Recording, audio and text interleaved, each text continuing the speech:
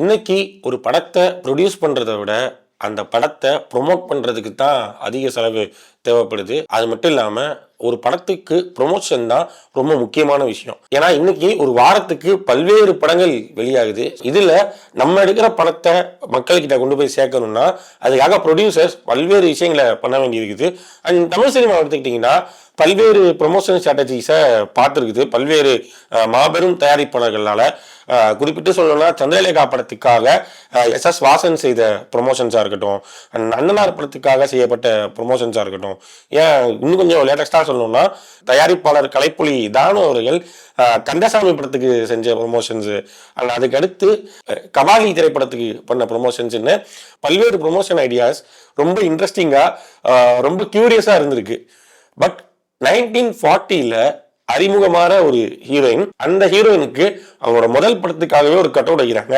And அந்த cut out வைக்கிறது மட்டும் இல்லாம வாரம் அந்த கட் அவுட்டுக்கு சாரீஸை மாத்திக்கிட்டே இருக்காங்க.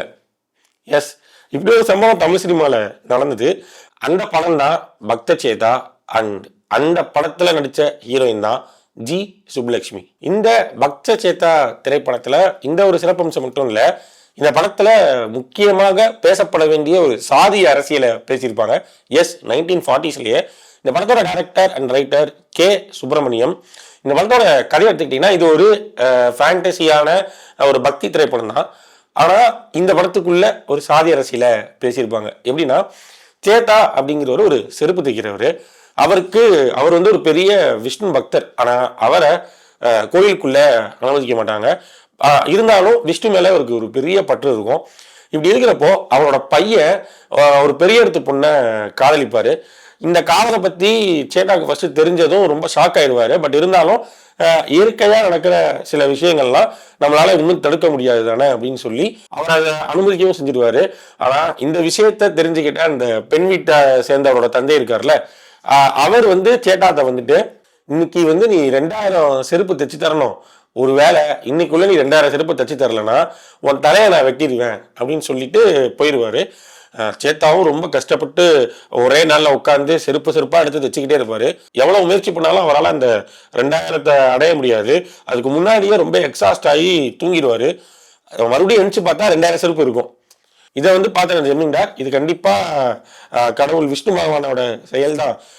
நான் வந்து உன்கிட்ட இப்படி பேசிடக்கூடாது அப்படின்னு சொல்லி தவற உணர்ந்து அவனோட பையனுக்கே தன்னோட பொண்ணை கல்யாணம் பண்ணி வைப்பாரு. இப்படியா முடியும் அந்த கதை. ஸோ இது வந்து ஒரு பக்தி திரைப்படம் தான், ஒரு நார்மலான ஒரு பக்தி திரைப்படம் தான். ஆனால் அதுக்குள்ள பேச வேண்டிய சாதி அரசியலை 1940ஸ்லயே பேசுறதுனால இது ஒரு பெரிய டேரிங்கான ஒரு மூவாவே அப்போ பார்க்கப்பட்டுச்சு.